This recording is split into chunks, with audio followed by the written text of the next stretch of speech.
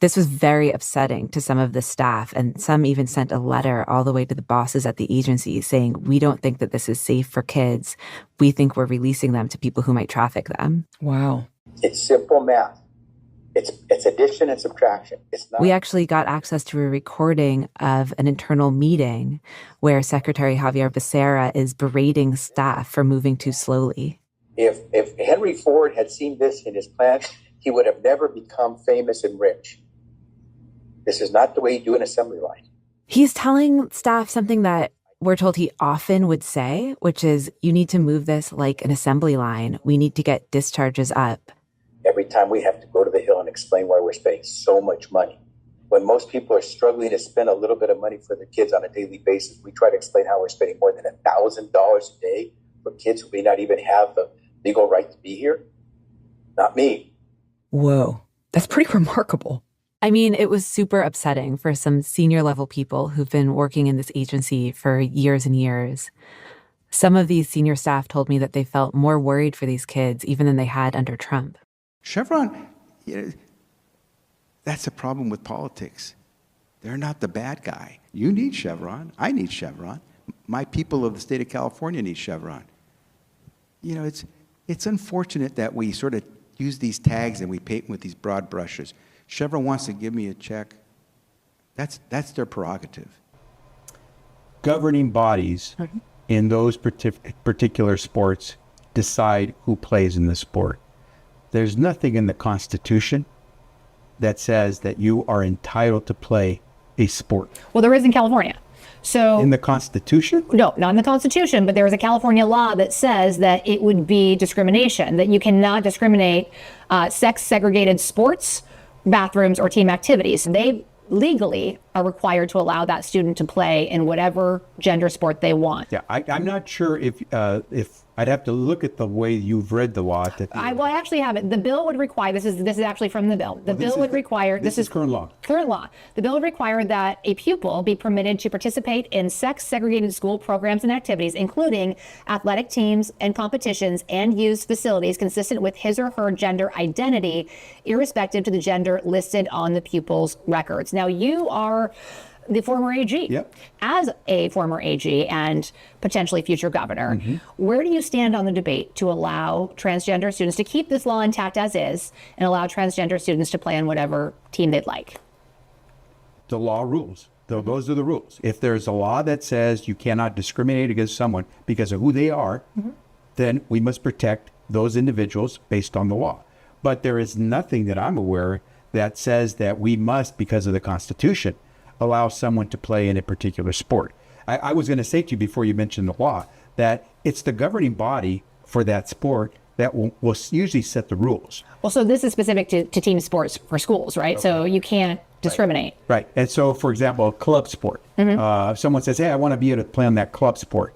Well, what do the governing rules of that club sport say? That's what governs. So long as that club sports rules don't violate the Constitution in discriminating against somebody, and so long as we're not creating a hostile atmosphere, which is also against the law. Well, and that I think is a concern here too, right? So this is specific to student sports.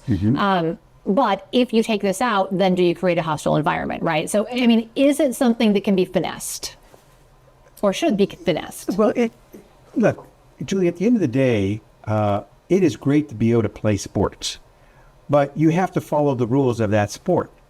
And so I think we should all agree that whatever the rules of the sport are, let you and I decide we're going to create a new sport and we decide what the rules are going to be. Anyone who wants to play that sport in our league, they have to follow our rules. Now, if there's nothing in the Constitution that requires you and I to have to do something in particular, something special for any individual. But at the same time, I'm not interested as governor of having someone be bullied or someone discriminated because of who they are, simply for that reason. And if the rules allow an individual to play in that sport, those are the rules, and you should abide by them. If the rules don't let you play in that sport just because of who you are, then you don't get to play in that sport. And it should be that easy. Mr. Becerra, same question to you, and I'll repeat it. Should electric vehicle drivers pay a mileage-based road tax to fund infrastructure? You have 30 seconds. Well, let's think about our commuters and what they would want to see. I know that they want to see roads, bridges, highways that work for them, that let them get to work, that let them pick up their kids. They don't want to have potholes that ruin their vehicle tires and wheels. They want to have roads, bridges, highways that work. So I would say, let's take a look at all of the above. Whatever works. I'm not going to let our transportation infrastructure crumble. We have to make sure it's working for all of us. And so let's consider anything that works that the public can get behind. That's how I would do it. Specifically, though, just to clarify here, would you support a tax for electric vehicles? 15 seconds.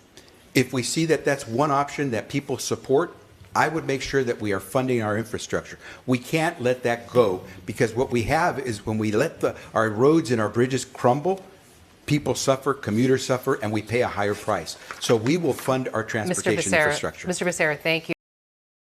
This is the start of our interview with Xavier Becerra in Highland Park. By the way, this is a profile piece. This is not a gotcha piece, right? Well, look, I think these questions are fair. It's in order to learn about you as a candidate. So long as it's about the profile. I don't know how you define profile, but I'd like to begin the interview. The way I describe profile is you talk about all the things that I've done, things I want to do, and along with some tough questions. But not only tough questions. California will be the target of this administration on immigration enforcement, for all sorts of issues, because it is only because it is a Democratic state, because it is a blue state. That's the reality that we live in. Whoever it has been, and it will be even more. Whoever is going to be governor will have to stand up to Donald Trump. Can I tell you, after working in Joe Biden's administration, I do not trust Xavier Becerra to do that. Can I just say, I don't trust that he would be able to do that, and that is the feeling. You don't trust that he'll be able to stand up to Trump? I don't think that he will be able to stand up to Trump and lead. And the reason why anybody on that stage who is News at 11 here on CNN. Before she answers that, can I ask you why? Because when I saw him in the administration, and I think a lot of people did, and that it's people understand this, he was not effective in governing. And I think that a lot of people in the Biden administration are talking about this because they realize that he was not an effective HHS secretary. And if you ask any cabinet secretary, they would tell you the same thing. And so I think that there is I think people recognize this, and I think this is why Tom Steyer has gone to the top. This is not the first time that I've heard that, right? Yeah. So what Sochi's talking about is a real thing. Yeah. And you kind of got a little bit of a sense of it on the stage tonight, where the attacks against Becerra were not about what he was or wasn't going to do in California. It was about his record in the Biden administration. It was about his character. It was about his leadership.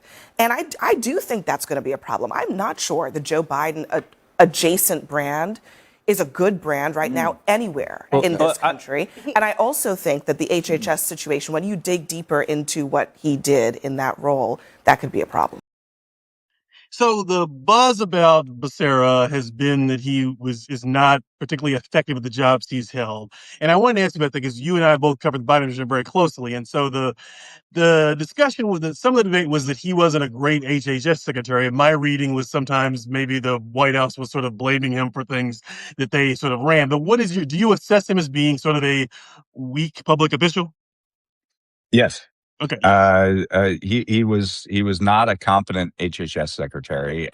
Maybe not necessarily for some of the reasons that he's being attacked for, but because HHS, which is a sprawling agency, was kind of the absolute weakest on the kinds of policies that the Biden administration was trying to do in terms of taking on corporate America, in terms of providing better changes to that particular system. So there was the one famous thing, and I haven't written about this, but maybe I will, that people in sort of my neck of the world talk about, is that there was a town hall, like a big event in the Biden administration around pharmacy benefit managers. These are the middlemen that make drug prices higher. And it's a major kind of problem and obstacle to lowering drug prices within the pharmaceutical transaction chain. And Becerra was there along with Lena Khan and Lael Brainerd and many others. And they give Becerra about 5 minutes to speak.